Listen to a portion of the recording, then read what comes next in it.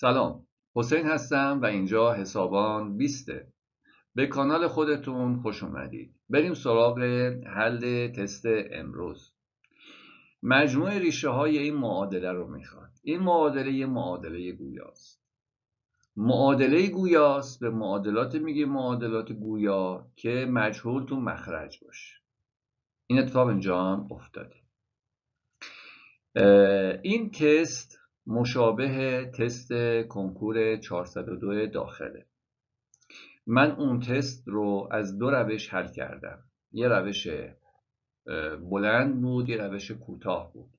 خب اینجا میخوام روش کوتاه رو فقط برم. قطعا همکارای دیگه روش های مختلفی رفتن. برای آشنایی با روش های دیگه هم میتونید به همکارای دیگه سر بزنید و ببینید اونا چیکار کردن.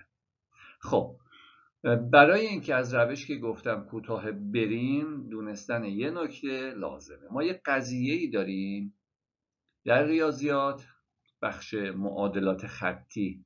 میگه اگر فرم کلی معادله خطی رو به این صورت در نظر بگیریم،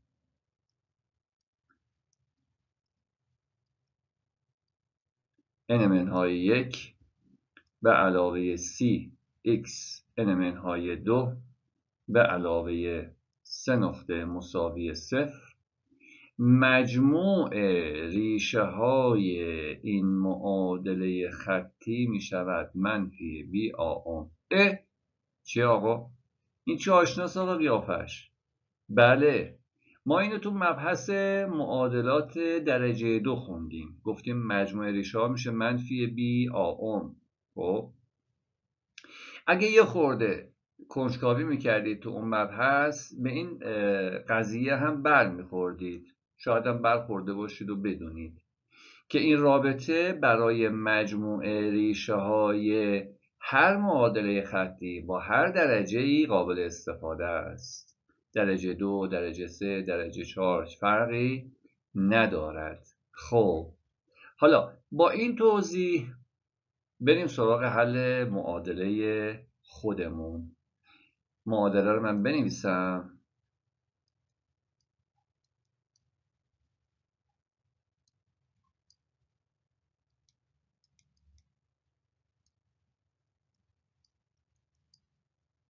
چهل نهم.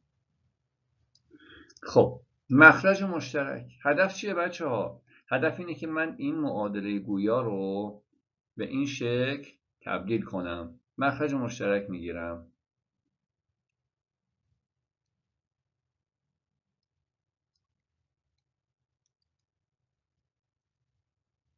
خب حالا میخوام صورت رو بنویسم.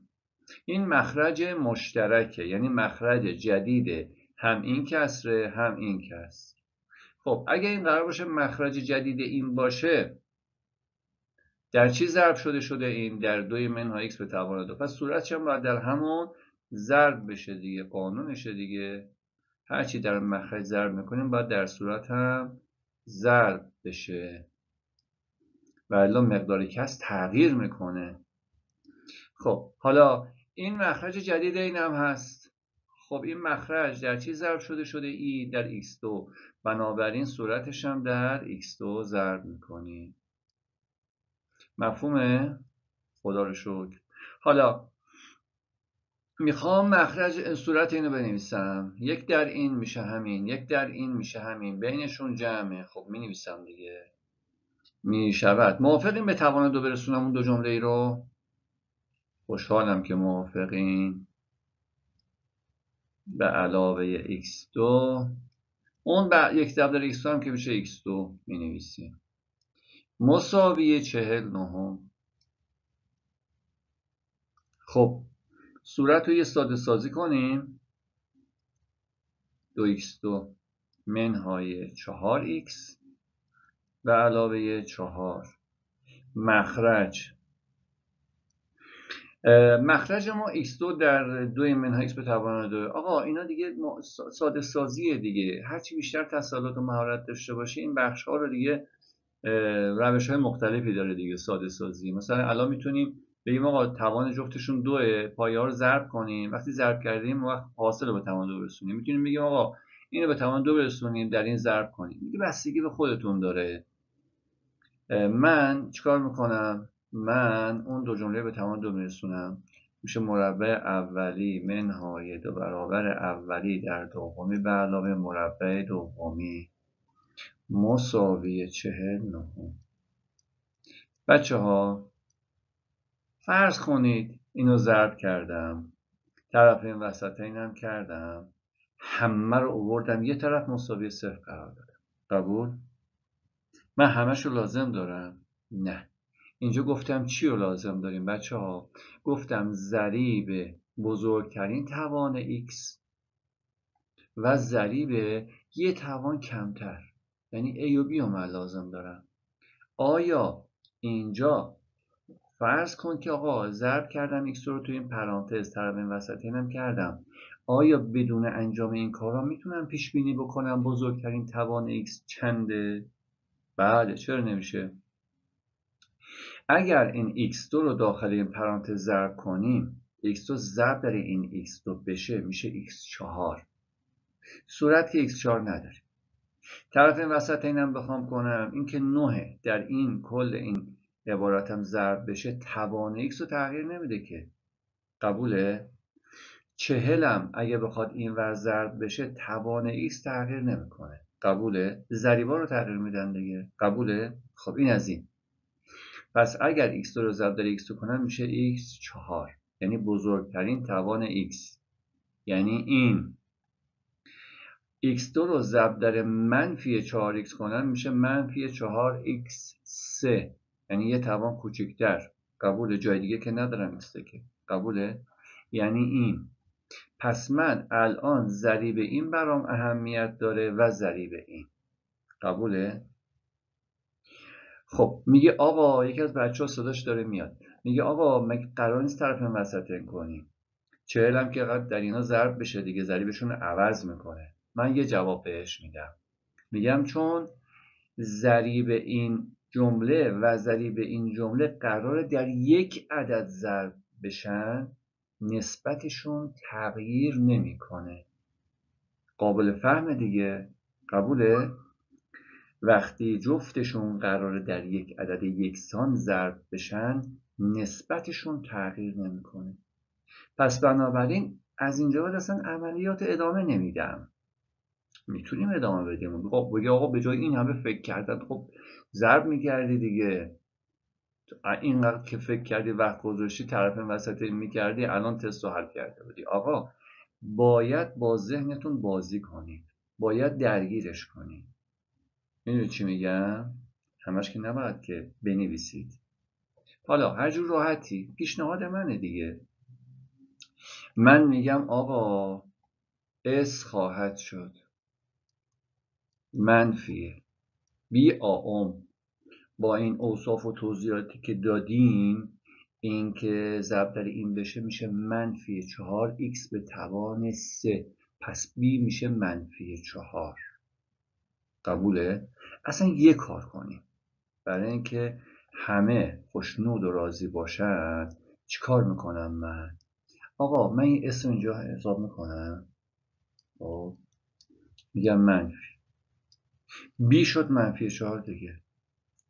آ چی میشه؟ x2 ضرب در x2 میشه x4 ضریبش هم میشه 1 دیگه. پس آمون هم میشه 1. آقا منفی در منفی میشه مثبت، حاصل میشه 4. قبوله؟ مجموع ریشه ها شد 4. حالا میگم آقا من ضنی دوست ندارم دیگه. باشه، x2 رو در این ضرب میکنیم، بعدم طرفین وسطین میکنیم، همه رو میاریم یه طرف و فلان و بیسار، همه رو انجام. قبوله؟ اگه تا اینجاش اوکی بودی دیگه بقیه ویدیو رو نبین. اگر اوکی نبودی ببین. پس من چیکار میکنم؟ پس من میگم 2x منهای 4x به علاوه 4 تقسیم بر مخرج x رو ضرب میکنم، 4x منهای 4x به علاوه x4 مساوی با 49. حالا طرفین وسطین میکنم، انجام میدیم دیگه.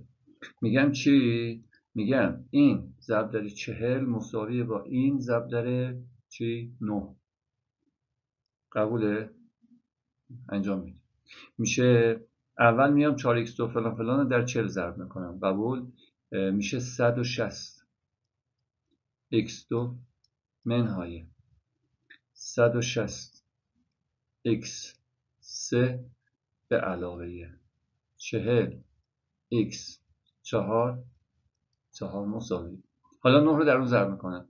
18 x2 منهای 36 x به علاوه 36. قبوله؟ همه رو ببرم یه طرف مساوی 0 بذارم. به خاطر اینکه بزرگترین درجه x4 علامتش هم مثبته، به احترام این بقیه رو میارم این ور، چون من دوست دارم علامت بزرگترین درجه x مثبت بمونه. خب پس میشه 40 x4 منهای 160 x3. اون 18 مثبت 18 x رو بیاد این ور با میشه منفی 18 x2 با 160. از 160 10 تا کم کن 150. بعد 8 تا کم کن 142 به علاوه 142 x2. بعد اون منفی 36 هم که میاد این ور مشابه هم نداره، میشه مثبت 36 x. اونم که منهای 36 مساوی 0. آقا چی شد؟ این شد همین.